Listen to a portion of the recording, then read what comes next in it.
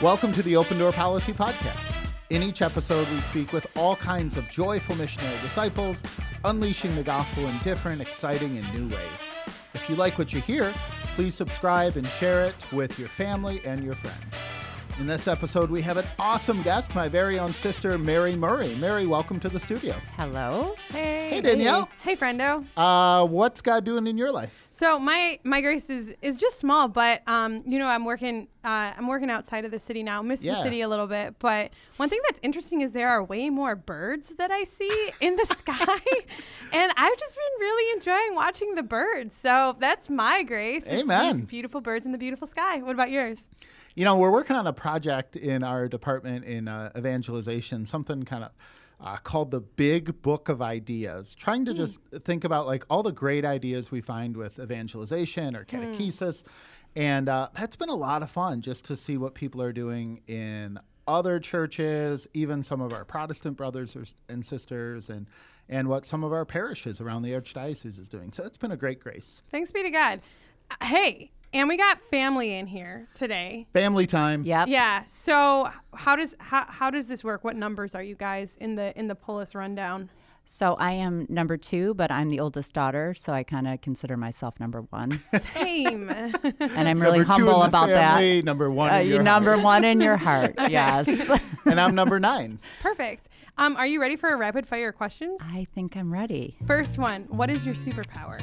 My superpower, multitasking, Nice. What do you remember about church from when you were a child? crossing over to go to communion to the priest always and only. What was the last live performance you saw, Mary? Probably Thomas Rhett in Grand Rapids with my daughters. Look what God gave us. And what scent elicits an immediate memory? Oh, chocolate chip cookies, grandma. Would you rather have 100 degrees and humid or negative 10 degrees? 100 degrees. Praise. What are you praying for these days? That my daughters always know Jesus. What was the first concert that you went to? I think it was George Michael in high school. What's the most beautiful church you've visited? Oh, probably Notre Dame in Paris. What item of clothing would someone be surprised to find in your closet? Gosh, a faux leather jacket. And what class could you teach? 9th grade theology. Huh, Is that's this interesting. something that you do teach? Perhaps, maybe. Yeah, so you're a Catholic high school teacher. I am. Yes, Yeah. recently. Well, not recently, but fourth year in. So kind of one of those, like, went back to school, kind of listened to what the Lord was calling me to do in my life after being at home for a lot of years, 15 years with my daughters. And now I'm like in the second chapter of my adult career, which is just really fun. Yeah. Really cool. What's your favorite thing to teach the 9th graders? Like, when do you really sense them coming alive? Just every day is so different and so exciting and so funny and so fulfilling, and just endless stories about just wonderful insights they have that, surprise me and delight me, and then just some really, really funny things that they say, which everyone's like, high school teachers should, have a little notebook on hand and just jot down some of the stuff that, that they say, which is really, really awesome. Mary, I know you're a great baker. Do your chocolate chip cookies smell like grandma's? No, they don't. I don't know. I feel like there's something that, maybe grandma withheld in the recipe. Is it her recipe? Well, no, but I think it's just the Toll House recipe on the back of the chocolate Classic. chips, Okay. right? Like, Yeah. don't mess with perfection, but Yeah. they never, ever taste like hers. So I don't know. Just extra love. All right, Pullis is Pull us out. crossing to see a priest. What is this about? Go for it, Mary. This is great. So, with time, I have just developed such an immense appreciation for the struggles my parents had in trying to raise 10 kids in the faith at kind of a bumpy time in the Yeah. church, right? Kind of a lot of nutty things going on. Yep. Maybe not so much in our parish, but the one thing that my parents really felt strongly about was receiving communion from the priest. And so, I wish I'd had a more enlightened reaction to this, but every Mass, I would literally pray before we went in that we sat on the side that the priest was distributing. And I don't know if it was God's sense of humor or some special punishment, but 99% of the time, we did not sit on that side. That's so, also funny because I'm sure the priest like knew what side your family was sitting on. And I might no one think, else was doing this in No, the church, and no. there were 12 of us. We were not a inconspicuous Right. crowd. There's no Yeah. We subtlety. literally would stop traffic, and everyone would stop and point and be confused. What is this family doing? And I wanted the floor to open up and swallow me. It was just so mortifying. But, you know, again, as an adult, you think back and it's like, Right. what was the reason well, there was a message being sent. And I guess I didn't sink in until... Our apologies to every usher Yes. listening right now Yes. for the problem. On behalf of the Pullis family, we apologize for the traffic They're like, jam going up I to communion. remember those kids. Could you sing a George Michael song for us, Mary? No, it's such a fond memory of, you know, just being goofy girls and doing, you know, fun stuff with. Do you remember where it was? I don't. I just don't have a good memory for those details, but I remember. I guess you weren't there. I wasn't. No. No. I've never seen George Michael in concert. Yes. Let me just get that out there. Yeah. Yeah. Well, you missed your shot then, Father Steve. Well, thank Yes. you, though, Thanks, for Mary. your information. Oh, yeah. Yeah, you're welcome.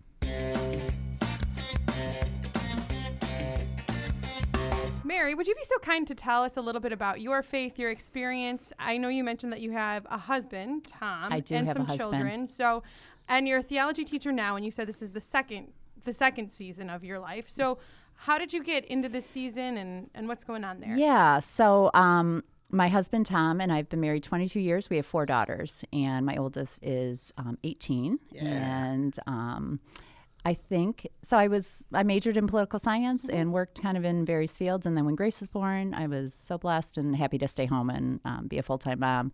Although I have to say it was a pretty challenging time. I missed adults. I missed real conversations. And it was really a time of a spiritual struggle because I felt like I should have been so grateful and so just enjoying every minute of, you know, my daughter's life. And I did certainly, but I also had this nagging sense of, you know, something else. I don't think that's uncommon. I think it still doesn't make it easier when you're going through it because we had always wanted children and Grace was born premature and so she had some health struggles and thanks to God, she was great after the initial stuff that we went through. So I had that on top of like, oh, she's healthy now, and why am I not perfectly happy? Why don't I feel the sense of contentment? Right. So we were looking for, you know, to move. We ended up moving to Troy and joined St. Anastasia. And it was kind of a really, really, I mean, I look back now and I know for certain God brought us to that because we wanted to live in Royal Oak, but we couldn't afford anything. So I know, looking back, that God was directing us to live in Troy and join St. Anastasia, and we met Father John Ricardo, and he was the pastor there. He for a was the while. pastor, and he was the first priest that we had over for dinner, which was a super big deal. I remember kind of befriending him and kind of thinking to myself, I need someone to help me stage my house for a priest. Right. Because I was I need more pictures of Mother Teresa. I was like, this basket of flowers from Home Goods is not cutting it. This does not shout Catholic. So I'm like, I need more religious art. I need more crucifixes. I need Bibles strewn everywhere. Can Like this I book be literally, out? Casually yes, open. yes, and dog-eared and highlighted and underlined. I What- felt completely overwhelmed. By the way, we look for that every time we go to a house. You have your Priest, right? checklist, Yep. your secret checklist. Only 3 crucifixes, huh? Oh. When you're faking a phone call, that's really what you're doing, right? Right, When you go right. outside because you got an emergency phone Yeah. call, you're really making the check marks. So anyways, we befriended Father John Ricardo, and he really called us to something deeper. And I just feel really blessed that my husband and I both kind of in lockstep decided we were really going to pursue our relationship with Jesus and our faith, growing in the knowledge of our faith and living out of our faith in a really intentional way.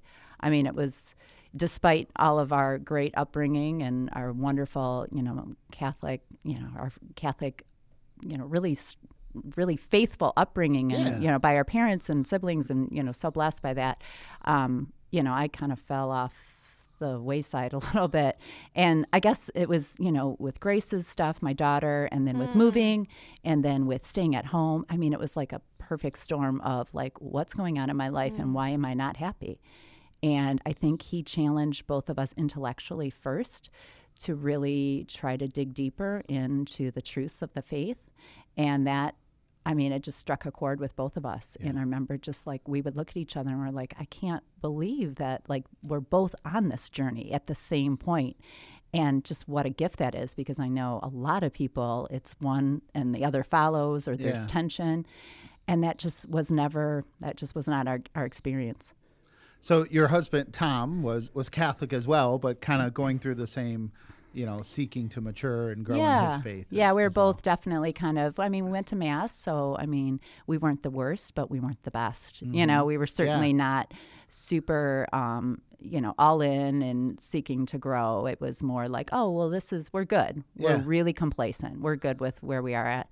And, all it takes is someone kind of holding up a mirror and showing you, like, how much better life can be. And so it was over one of these dinners with Father John Riccardo when I was probably just honestly like lamenting my dissatisfaction with being a stay-at-home mom, which I struggled with feeling guilty about. He said, what about taking a class at the seminary? And I was like, oh my gosh, really? Yeah, just for just your own personal growth, right? You don't have to have a specific end. And so that was like a 8-year journey, getting my degree and teaching catechism on the side, and just a great little outlet, but also such a great source of spiritual affirmation and consolation in my, I wouldn't say they weren't my dark years, because my girls would not want to know that those were, that I wouldn't characterize it as that, but just my period of like, this is what I'm called to do now. But I also have this great opportunity to also pursue this wonderful education. So, what initially made you want to like reach out to Father John and have him over? Because that takes a step, right? You're talking about getting your house ready. I know for some people that can be an intimidating first step. Yeah, I think it was, definitely his openness to just being really like relaxed and just approachable, I guess. Yeah. I had always, I just had never, ever really thought that I could be friends with a priest, right? And he did, the Theology on Tap, which Tom and I both loved. And I think he just kind of saw us hanging around at a lot of these things and probably took pity on us and was like, okay, well, they look kind of desperate. So maybe, I'll throw them a bone. And, it was just such a blessing because, it's a friendship that it's endured too, right? It's endured, and it just has reaped such wonderful fruit in terms of like, I think we really enjoy him. The verdict is still out if he really likes us or not. Well, he still hangs out. Well, he might still feel sorry for us. It's like still charity. Yeah, it's like, well, they're almost there. So maybe one more year with them and then I'll cut him loose. But no, and you guys are the ones who introduced him to me. I think I was in seminary still when. Oh, wow. Because I'd seen him and heard of him and heard him speak, but it was really through Mary and Tom who had kind of developed this friendship with him that I got to know him a little bit better. Yeah, thank you. Welcome. Oh, yes. You're waiting for me. This is where you say thank you. What does it mean for you? You said that your husband Tom also had this experience of like, faithfulness and reversion. What does it mean for you to be able to share your faith with your husband? Well, it's everything. It's just like the top of my list when I'm thanking God for what I've been given. We live in such a broken world, and so many marriages are just struggling. And I know it's all God. I know it's all His divine providence and his mercy and love that's been poured out and helping us, go from that really nervous spot of like, how do I stage my house for a priest to, okay, now we've been given this gift and this joy, and like, neither of us are shy, which is really, really helpful. Right. So, I mean, what are we supposed to do with this? And so, like, it just kind of started opening all these doors of like little things, nothing big, but just, praying with friends and starting prayer groups and Bible studies and getting involved in Teams of Our Lady, which is a couples group. Teams of Our Lady is an international lay movement designed to enrich marriage spirituality. It's a group of 7 couples that get together once a month and share a meal and talk about something that they've read and pray for each other. And it's an international organization that has chapters all over the country, and it's just been a real gift. Yeah, I think that couples could probably get it through their parishes. Yes. So my parents are like original gangsters. They have a marriage group. You were going to say like OG, OG Catholic. Before there was, well, I don't know when Teams of Our Lady started, but like it wasn't active at their parish when it was there.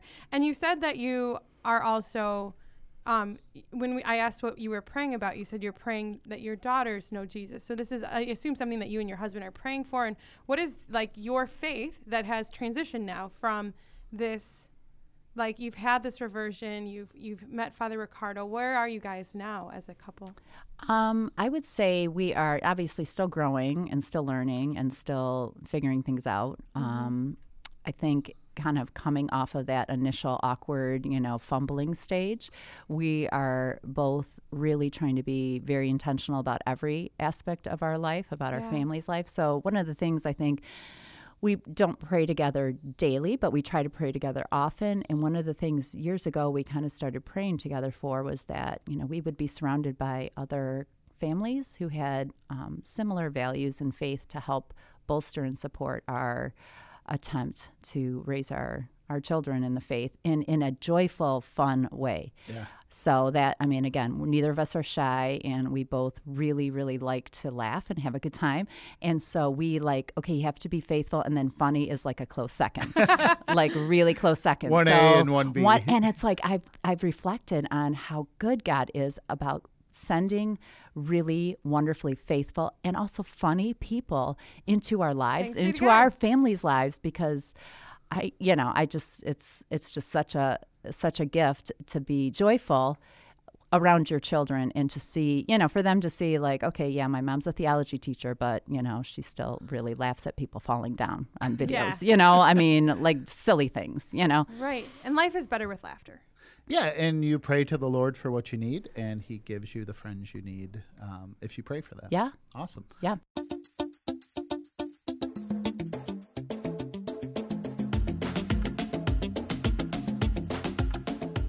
So, Mary, we're always talking about joyful missionary disciples. Like, part of being joyful for a lot of people is laughing, and you've said the Lord has blessed you with a lot of good friends who are faithful Catholics and funny people. And family. We have a funny family. Yeah. So we kind of have a low-key competition on who's the funniest. So who's winning? Well, we have different they're breakdowns. Going for second. They're all going for second. We're breaking down intentionally funny or unintentionally funny. Okay, yeah, those are good things. So I would think Steve would be in the unintentionally Whoa! funny. Unintentionally funny. Wow. But he tries, and we laugh because he needs, he needs that. I need affirmation in my life. It's your love language, right? Right. Is that your love language? What's that called? Words of Words affirmation. Words of affirmation. Yeah. Yes. It is. Yep. Yes. I feel like I want to tell an embarrassing story about you now, but this might not be the time. So let's. You can tell it, and then I will tell you to edit it. You'll storm off the set. Yeah. Yes. But I think it is. I think one of the great joys of our family is being able to laugh and kind of we tease each other, but also like having a lot of fun and knowing that that faith is at the foundation of it. Yes. But there's a lot of joy and a lot of laughter. I have to imagine the center household. No, is I was going to similar. say, give me a Pullis family classic story. Okay, so this is a recent one, and I don't know how this is going to play. So again, it can be totally edited. Let's just go. I love it. I think it was my brother Tom who is in the running for fun. We are all kind of in the running, but he's very funny. He's very funny. Right now, he's like a little bit in the lead. Shout out to Tom. Okay. Yes, shout out to Tom. But the race is not yet run. My brother, not my husband. Yeah. Okay. Right. Okay. So Tom, my brother, came up with, and I wasn't even there, but I heard brother? your brother, our brother, came up with the idea that there needs to be a another set of mysteries of the Rosary. Good. That's right. Yeah. Okay. Because we're just lacking, or we're lacking really, and this is his take on, we are really not addressing the angry side of Jesus. that's that's not wrong. So he came up with the term wrathfulnarious. Okay. Wrathfulnarious mysteries. And one of them would be the clearing of the temple. Cursing of the fig tree, I'm going to guess, Yes. is one. Yes.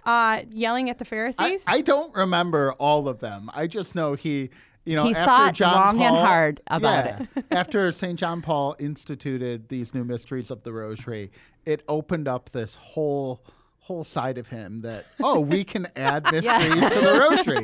This isn't divine Why are there revelation. only- This is open Right. to being edited, apparently, right? There are 7 days. Why do we only have 4 I sets? think, Right. yes, I think we need 3 more. So, right? No bad ideas in brainstorming. That's right. Yes. So that's Good. more of like a nuanced humor, but we're just goofy and silly. And There's a lot of joy and a lot of, I'm sure most families telling, stories again and again Yes. and again. yes. It just And- becomes and then there's also in big families the phrases that become a part of the family that maybe your phrase of, oh, you're not special or whatever, that just becomes. Yeah, we were Yes. talking about Yeah. earlier Yeah. off the air. Yeah. Yeah. Also, teaching, I think, is just anyone who's a teacher is just ripe with, or filled with funny stuff. You got any stories for us, Mary? Yeah. Well, I was just going to do one more family. Yeah, thing yes. let's that, hear it. everyone has their niche too. Yeah. So one of my brother Joe, shout out to Joe. Hey, Funny. Joe. He's funny too. But We where love you, is he Joe. compared Funny. to Tom? Well, I was He's going to say different. Joe is the electrician or the engineer in our family. So anytime something needs to be fixed, it could be as easy as Hooking up the VCR. hooking up the VCR. Let's go in the Wayback Machine. But learning how to hook up a power cable. Yeah. Yes. It's you have to get Joe. Joe's the Yes. one who knows You know how what's to funny do though? that. I have 2 brothers who are engineers, and we got a new DVD player. My parents did, and I haven't watched anything in 2 years. And finally, last week, I was like, wait a minute, I'm an adult, and I also have multiple degrees. I can probably figure out how to hook up the DVD. Yes. And I did. I can do that. Good for you. So I get. Yes. Thanks. I get the engineer thing though, because it's sometimes just easier to be like. Yep. You We can all figure this have out. gifts Yeah. and charisms, Yeah. and that's not one of mine. So Yeah. I'm happy to let Joe. Absolutely. Yep. So anyway, Joe the different funny than Tom. Yeah. Subtle. Joe loves his puns too. Yes. So. Oh, wait, I thought Yes. there was a story. Or we were just No, talking we were about going to Joe. talk about teaching stories. Yeah. So, Mary, you teach high school theology. I do. And that's got to bring a lot of joy, a lot of laughter as well. To It, your- yes, it's awesome. And especially when you're introducing kids to stories in scripture for the first time, which, I'm always right. everyone doesn't maybe automatically know this, which is great because it makes Right. for, really good discussion. And I guess it was my first year we were talking about the temptations of Jesus in the desert, and they were being tested on it. So I was correcting tests, and the question was, what was Jesus tempted with, and what was his response? And so one of the girls wrote, the first temptation was this, second temptation, and the one with the bread, man does not live by bread alone. Yeah. And the student's response was, Jesus says, man does not live by bread alone because bread is an unnecessary carb. And there was no smiley face next to the answer. If there had been a smiley face, I would have known. And so the next day we're reviewing the test, and I'm looking at her to see, okay, was she being funny? No, she was mixing up health class and theology. My gosh. Theology. It happens. It does. And Yeah. it's in That's their great. brain. Yeah, right? yeah. The other really funny, it's really short, we were talking about Jewish brothers and sisters and what they celebrate and the Seder meal. And so I said, has anyone ever been to a Seder meal? And one girl raised her hand and said, Mrs. Murray, I think you mean the cider mill. Oh my gosh. And I said, no, Jesus did not multiply the apples and the donuts. We're But two that would totally be a different valid things. Miracle. Yeah. I would support that Yeah, miracle. So every time I think now hear cider mill, I'm always like, cider mill Yeah. or cider mill. Oh my gosh. So really, really funny things that Yeah. you're just like set in innocence, right? And Right. just in their own, It's also interesting seeing like, I don't know. I love that experience of telling people the first time these Yes. stories. And I think that that's something. You've gotten to do that a few times. Yeah, through it's, oh my working in gosh. ministry. I have a story that I'm like, is this appropriate for the air? But I It think is. it is. It is. So, Yeah. so I it's walked, family. Yeah, We're so mostly this one's family. this We're one's mostly This family. one's for Ron. But when I was walking the Camino, oh my gosh, this summer, I ran into this guy. I'll change his name. His name was Chad. Okay. And he was from California. That is true. And he worked at REI, which is also true. So imagine a man from California who also worked at REI. Got it. And you have just pictured this man in your mind. Like full sleeves of tattoo, beautiful red beard.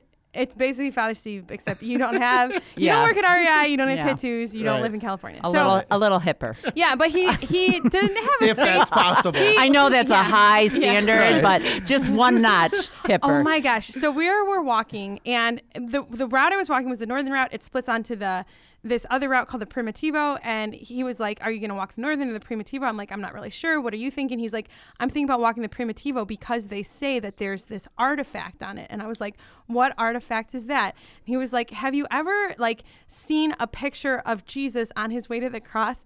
And there's a woman selling t-shirts of Jesus's face. Oh my.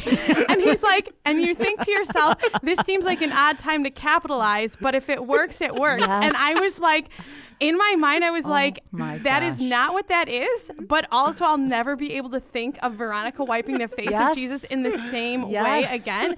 So it did lead into like a cute little conversation. But it, like, I guess the bigger point is it's interesting living at this time in what we would call post-Christian culture, right? Where people Yes. don't have this understanding right up front of what these things are, right? They weren't Yes. raised with these understandings.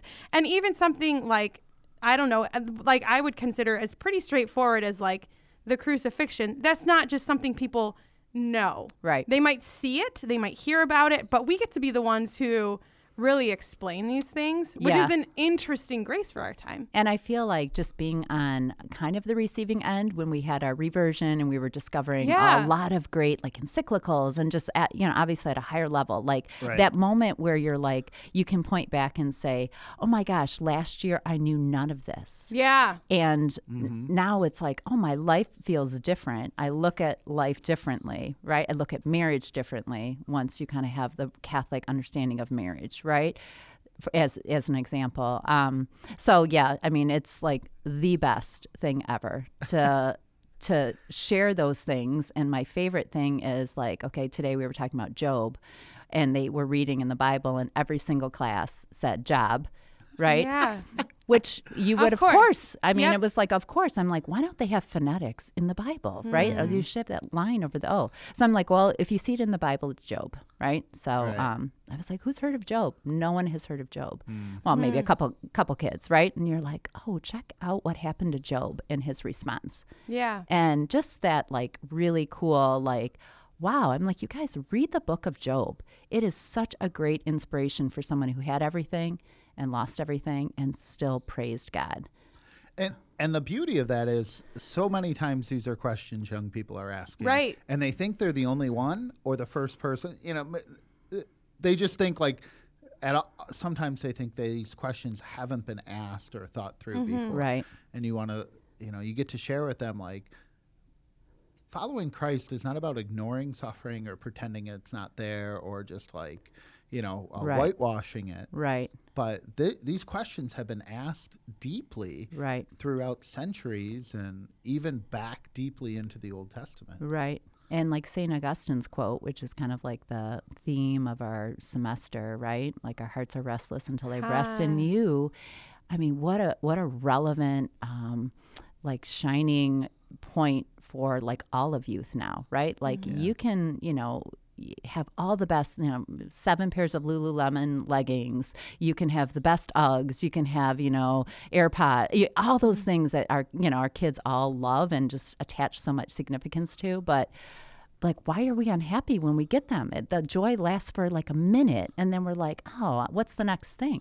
Right. Well, because we've got this God-shaped hole, right, that we're trying to plug other things in, and it's leaving us wanting. And so, again, that light bulb where they're like, oh, that kind of explains maybe why I'm not super happy, even though I have everything, which I'm sure we've all been at, various Yeah, because I'm made for more. Yep. And my heart desires something eternal. Right. And no amount of Lululemons, whatever. Right. Right. It's a right. brand. But yes. Can fill my heart. Yeah. Do you have any experience that you would feel comfortable sharing about helping a child or a young person encounter Jesus in a more deep way? Or what kind of profound encounter or experience have you seen? I think, again, we're at a time where, our children, regardless of where they are going to school and what their families are, how they're bringing them up, and everyone's doing the best they can, I think, to some extent. Our kids are our culture feeds them such false messages about their worth. And so one of my favorite things to talk about is, in a really intense college prep school, right, which I'm blessed to be a part of. My kids are blessed to go to one of those. Your ACT score, your grade point average does not define you. And to see kind of that acceptance and without going into details about, kind of little notes or things on tests or little reassurances that I've been given, that it's striking a chord and kind of responding to this like need that I think we all have, but especially our kids have, to like, I am really, really treasured and loved more than I could ever imagine. And it's really, really special to be part of that journey. Mary, before we wrap up here, we usually ask our guests if they have any final word or anything they want to say before we close. I'm honored that you asked me. I'm surprised. I would have thought among all the siblings, I would have been at the bottom. Aww. So I don't know if that was. No, come on. No, it's awesome. I'm so appreciative of your witness as a priest, and I love from a sister's perspective, like having a priest in the family is so amazing and so awesome, and I feel just really blessed that we have you and that you said yes to God. So thank you for your yes. Amen. Thanks, Mary. Mm-hmm. You're welcome. This was a real special treat for me to have my sister Mary come in the Open Door Policy Studio, and just to know that God is working through her to bring so many people to Jesus. And once again, before we say goodbye, if you liked this episode, please share it with your friends, your neighbors, your relatives, your Trader Joe cashier.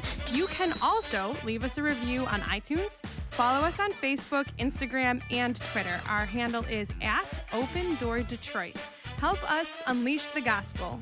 Open Door Policy was produced by Ron Pangborn and the creative team of the Archdiocese of Detroit. I thought you were jumping in. Okay, no, I'm going to jump in. I think the AOD should get bouncers. All right, go ahead. Theological bouncers.